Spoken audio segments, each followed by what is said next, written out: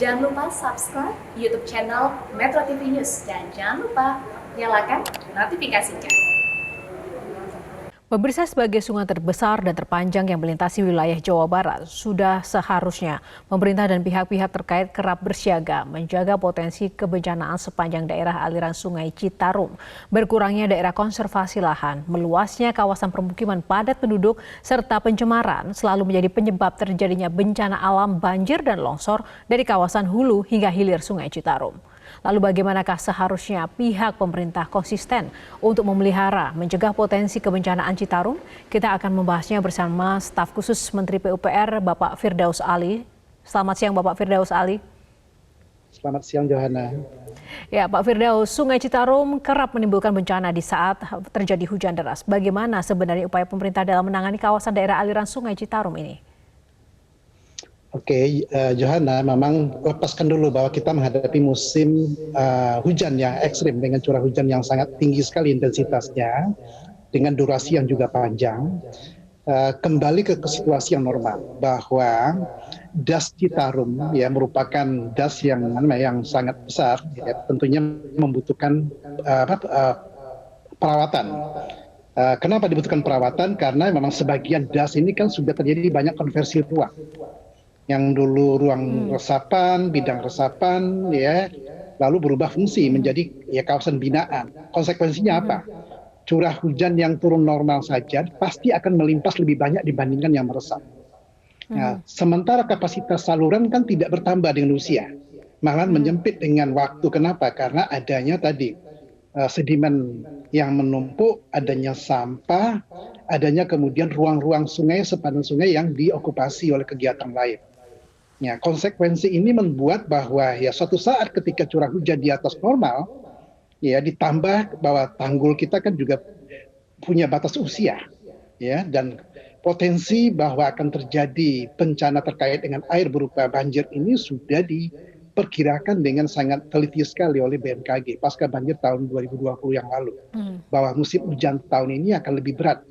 Kenapa? Karena di samping ya volume dari uap yang mengandung awan yang mengandung air sangat tinggi sekali, dipengaruhi ya dinamika cuaca di sekitar Pasifik maupun ya Lautan Hindia, sehingga inilah yang menyebabkan terjadi kondisi ya di 24 titik ya di Citarum tadi jebol. Kenapa? Karena tidak akan mungkin mampu menahan limpasan tadi. Nah, ya Pak Firdaus, ini kan sebenarnya bukan masalah baru ya, harusnya sudah bisa diantisipasi karena musim penghujan itu sudah terprediksi kalau di Indonesia. Bagaimana sebenarnya koordinasi antar wilayah yang dilintasi Citarum atau mungkin peran serta dari pemerintah pusat?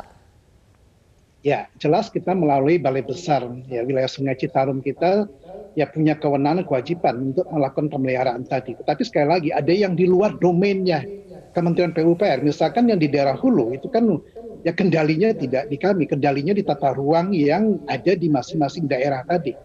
Sehingga tentunya tanggung jawab pemerintah daerah dalam rangka mengendalikan ruang resapan ini sehingga tidak memberikan beban yang lebih besar kepada saluran atau kali tadi juga tidak bisa dilepaskan. Kenapa? Yang masuk ke sungai tadi itu adalah yang beban yang air hujan yang turun di wilayah-wilayah yang ada di sekitar das tadi.